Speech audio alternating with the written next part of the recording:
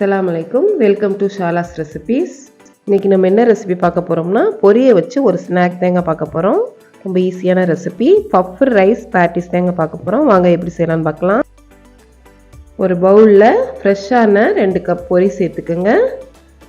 Onion 1/4 cup, green chilli சின்ன சின்னதாக cut பண்ணது 1, கடலை மாவு 1/4 கப் சேர்த்துக்கோங்க. அரிசி மாவு 1/4 cup, ginger powder 1/2 teaspoon, garlic powder 1/2 teaspoon, Jilly powder 1/2 teaspoon, மல்லித்தூள் 1/2 டீஸ்பூன், ஜீரகத்தூள் 1/2 டீஸ்பூன், மேகி மசாலா ஆப்ஷனல், தேவைன்னா நீங்கள் சேர்த்துக்கோங்க. அதில் ஒரு 1/2 டீஸ்பூன் தேவையான அளவு உப்பு சேர்த்து நல்லா மிக்ஸ் பண்ணிக்கலாம். இதில் ஒரு 4 டேபிள் ஸ்பூன் தண்ணி சேர்த்துக்கோங்க. கடலை மாவு அரிசி மாவு எல்லாத்தையும் சேர்த்து நல்லா மிக்ஸ் பண்ணி ஒரு டோ மாதிரி பிணைய போகிறோம்.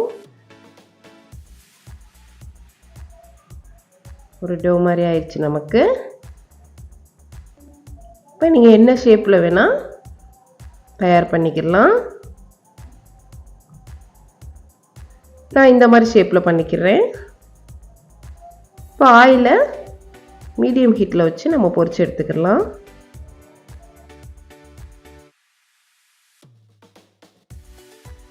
இந்த மாதிரி எல்லாத்தையுமே சேர்த்துக்குங்க. திருப்பி விட்டுக்குங்க கரிஞ்சிடாமல். டிஃப்ரெண்டான டேஸ்ட்டில் இருக்குங்க, நல்லாயிருக்கும் சாப்பிட்றதுக்கு. ரொம்ப ஈஸியான ரெசிபி, குயிக்காக செஞ்சிடலாம்.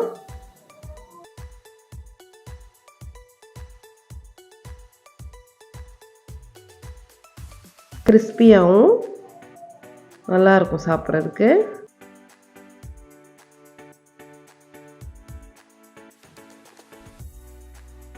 இப்போ எடுத்துடலாம். பொரியை வச்சு சாட் மசாலா செய்யலாம், இல்லைன்னா பொரி உருண்டை இந்த மாதிரி பண்ணுவோம். இது கொஞ்சம் டிஃப்ரெண்ட்டாக இருக்கும் இந்த மாதிரி செஞ்சு சாப்பிடையில.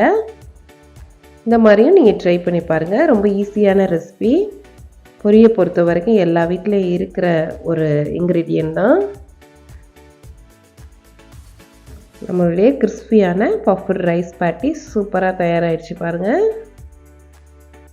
இதை நம்ம சாஸோட சர்வ் பண்ணுவோம். நீங்களும் ட்ரை பண்ணி பாருங்கள். ட்ரை பண்ணி பார்த்துட்டு எப்படி இருக்குன்னு எனக்கு கமெண்டில் சொல்லுங்கள். தேங்க்ஸ் ஃபார் வாட்சிங். பாய்.